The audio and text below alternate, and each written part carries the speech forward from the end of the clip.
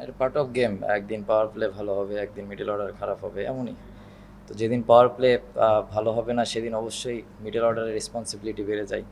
আবার যেদিন power play ভালো করে সেদিনও থাকে। আহ, এটা যেহেতু একটা টিম গেম, রেগুলার সবাই ভালো করে না, এটাই খুব স্বাভাবিক। তারপর আমরা ওয়েল কাভার করেছি আলহামদুলিল্লাহ। না, আমি আমি লিটন ভাই আউট হওয়ার পরে আমি নামছি লিটন ভাই। আচ্ছা, আমার নর্মালি প্ল্যান, যেটা টিম টিম কি ডিমান্ড করতো ওই সিচুয়েশনে, রান দরকার ছিল, একটু রান একটু কম হয়ে গিয়েছিল। জাস্ট আমার প্ল্যান ছিল যে আমি অ্যাটাক করব, কারণ ওখানে যদি অ্যাটাক না করতে পারি তাহলে হয়তো বা টাফ হয়ে যেত টিমের জন্য। তো জাস্ট আমি ট্রাই করেছি যতটুকু অ্যাটাক করা যায়।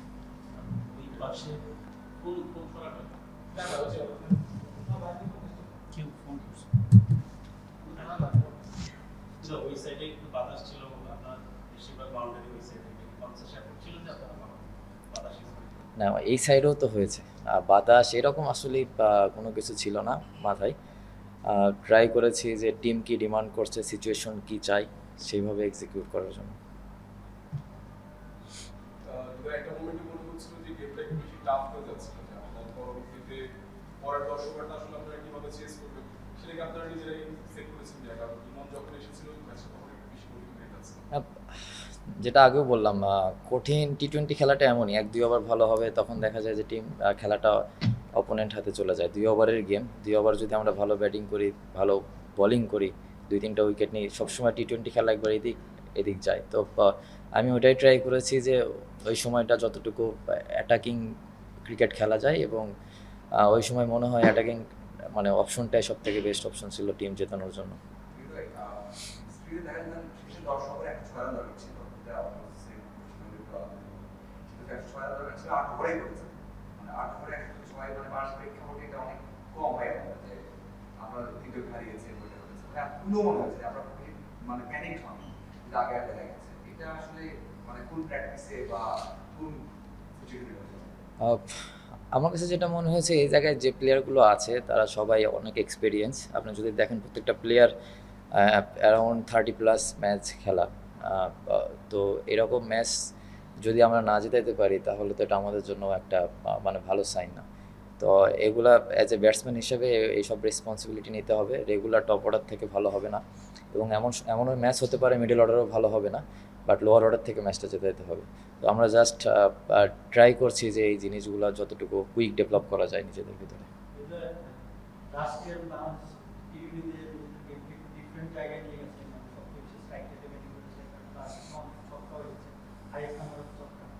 এইখান থেকে এই বছর আপনার নতুন একটা জার্নি শুরু করবেন, সেইখানে কি আপনারা আরো একটু উপরে যাওয়ার একটা আভাস কি ম্যাচটা কিনা, মানে যে জায়গা থেকে আপনারা ম্যাচটা দেখলেন নর্মালি এরকম ম্যাচ জিতে দেখা যায় না। মানে ছক্কা দিয়ে ছক্কা দিয়ে আগে যাওয়ার কথা বললেন না না, অন্য? শুধু ছক্কা না, ওভারঅল আচ্ছা, ব্যাটিং আচ্ছা। এ বা ওভারঅল টি-টোয়েন্টি ক্রিকেটে আপনারা আরেকটু ভালো বুঝতে পারছেন কিনা বা আরেকটু ভালো হ্যাঁ, জায়গায় নিয়ে হ্যাঁ, যাওয়ার চেষ্টা দেখেন করছেন। ভালোর তো শেষ নেই। সবাই সবার জায়গা থেকে ভালো, যতটুকু ভালো করা যায় সবাই ট্রাই করে সবসময়। তো আমরাও ট্রাই করছি। টিমটা অনেক দিন হলো সবাই একসঙ্গে খেলছি।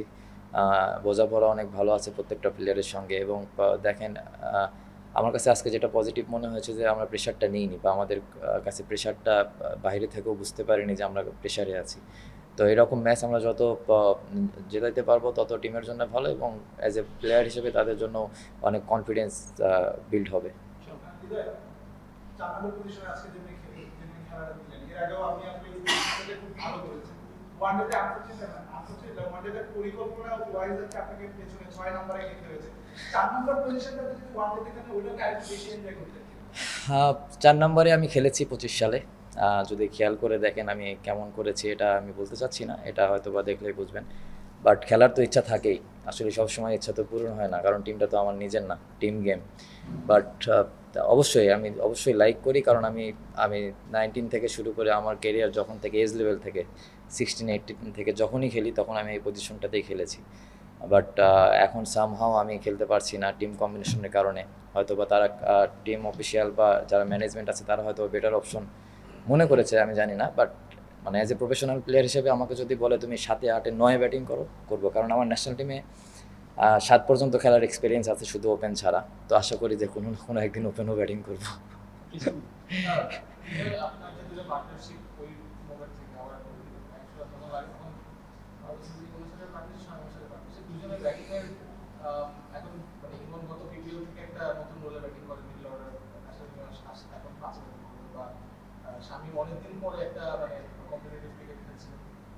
কনফিডেন্সটা দেখে আপনার কতটুকু মানে আপনার কত মজা লেগেছে তো দেখেন আমি একটা জিনিস জাস্ট ক্লিয়ার করতে চাই যে নাম্বার 5 নাম্বার 6 এমন একটা পজিশন, এই পজিশনে আপনার 50 হঠাৎ একদিন 2 দিন হবে। যেদিন ওই পজিশন থেকে নাম্বার 6 থেকে কেউ 50 মারবে, তার মানে বুঝতে হবে আমাদের টিমটা অনেকটুকু ব্যাক ফুটে, কারণ অলরেডি 3-4টা উইকেট আমাদের যাবে। তো ওই জায়গাটা ইম্প্যাক্টফুল ইনিংসটা যেমন শামীম আজকে যেটা করেছে, আমার কাছে মনে হয় যে ওই ইনিংসটা একটা 50 থেকে অনেক বড় ইনিংস শামীম এবং ইমন যেটা করেছে। তো এই জিনিসটা আমাদের নিজেদেরও বুঝতে হবে যে ইম্প্যাক্টফুল ইনিংসটা আসলে কতটুকু। অনেক সময় আমরা নিজেরাও চিন্তা করি যে 50 বা 100, তো আমার কাছে মনে হয় যে T20 ফরম্যাটে 10 রানও ইম্প্যাক্টফুল ইনিংস হতে পারে, যেটা আজকে শামীম আর ইমন দুজন মিলে করেছে। ম্যাচটা জেতানোর জন্য আরও ইজি হয়ে গেছে। আপনি অন এভারেজ অনেকগুলো পার্টনারশিপ ইনভলভ থাকে যেটা আমরা 50 60 70 আজকে যেরকম ইউনিভার্সিটি সাথে পার্টনারশিপ ছিল 4 ওভারের মধ্যে 57 রান মানে পার্টনারশিপের কতটা ভ্যালু আপনি দেন দেখেন মিডল অর্ডারের খেলাটা এমন একটা পজিশনে, এই জায়গায় আপনাকে মারতেও হবে এবং খেলাটা বানানো লাগবে। তো আমার কাছে যেটা মনে হয়েছে যে ইমন যে সময়টা অ্যাটাক করেছে, ওই আমার জন্য আরও ইজি করে দিয়েছে জিনিসটা। আমি জাস্ট আমার কাছে মনে হয়েছে যে খেলাটা অনেক হাতে এসেছে, তখন আমার কাছে মনে হয়েছে যে এখন এতটা রিস্ক না নিলেও হবে, যেহেতু খেলাটা আমাদের হাতে চলে এসেছে। তো অবশ্যই ইমন পাটোয়ারি দুজনকে ক্রেডিট দিতে হয়, ওরা অনেক ভালো ফিনিশ করেছে। স্পেসিফিকলি যে শামীমের কথা জিজ্ঞেস করি, শেষের দিকে ওর যে ইম্প্যাক্টটা দেখা গেল একটা ছক্কা পিছন দিয়ে মারা, কেমন লেগেছে আপনি? আমি তো অনেক এনজয় করি ওর ব্যাটিং, সত্য কথা বলতে, কারণ এমন শটস ওই খেলে যেটা আমাদের কম ব্যাটসম্যানই আছে যে ওই রকম শটস খেলতে পারে। তো নাম্বার 6 এরকম পজিশনে এরকম প্লেয়ারই দরকার, যে আপনার সব দিকেই যে কোনো সময় মেরে দিতে পারবে। বোলাররাও অনেক চাপে থাকে এরকম শটস খেলে, যেমন যে 6টায় মেরেছে, আপনি যদি খেয়াল করে দেখেন এরকম 6 আমরা খুব কমই মারতে পারি। তো অবশ্যই দোয়া করি যেন কনসিস্টেন্ট আরও ভালো কিছু হয় ইনশাল্লাহ। যখন দেখলাম লিটন দাস আউট হয়ে গেলেন তখন হচ্ছে পারভেজ ইমন নেমেই হচ্ছে একটু অ্যাটাকিং ক্রিকেট খেলা শুরু করলেন। ওটা কি একটা টার্নিং পয়েন্ট ছিল কিনা যে হচ্ছে পিছিয়ে না করার থেকে অ্যাটাকিং করে খেলাটাতে হয়তো আমাদের পরের ম্যাচে আসতে পারে বা হচ্ছে না, কথায় আছে না যে attack is the best defence. তো ইন্টারন্যাশনাল ক্রিকেটে আপনি যদি বেশি মানে বুক ডাউন থাকেন, আসলে হয় না। তো ইমন যেটা করেছে, ওই খুব রাইট চুজটা করেছে এবং খুব ক্লিয়ার মাইন্ড ছিল, এবং আমিও দু একটা ইনফরমেশন ওকে দিয়েছি যে এদিক দিয়ে ট্রাই করলে ভালো হয়। তো সব কিছু শেষে ওর এক্সিকিউশনটা অনেক ভালো ছিল। কয়েকদিন আগে আসলে আপনার বেশ কয়েকজন টিমমেট তারা পিএসএল খেলে আসলো 5-6 জনের মতো, এবং বাংলাদেশ থেকে যদি কেউ ফ্র্যাঞ্চাইজি ক্রিকেট খেলতে যায় আমরা তাহলে হৃদয়কেও নর্মালি ভাবি আর কি যে ফ্র্যাঞ্চাইজি ক্রিকেট খেলে সেখানটায় হয়তো আপনার ডাকটা আসে সম্ভব।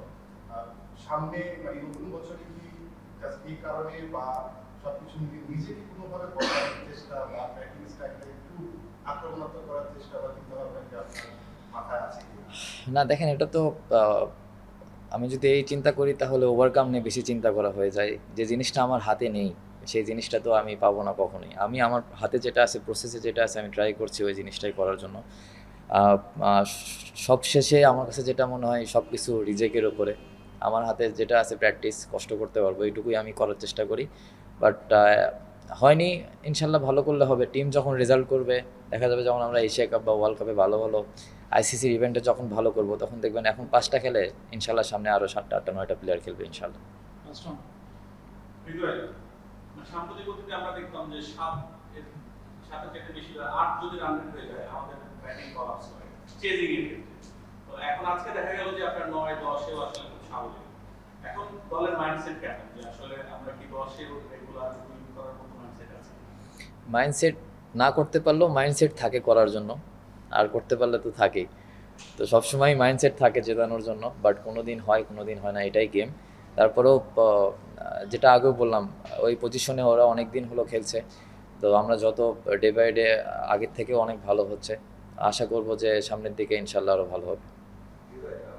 ব্যাটসম্যানরা ভালো করেছে, বোলাররাও কামব্যাক করেছে খুব ভালোভাবে, কারণ 100 রান বেশি করেছিল দর্শক শেষে। ওই কামব্যাকে আপনি কার কৃতিত্ব দিবেন এবং মানে বোলিং ডিপার্টমেন্টে আছে কাজটা একটু দেখেছি। আমি সবাইকেই ক্রেডিট দিতে চাই, কারণ সবাই ভালো বল করেছে।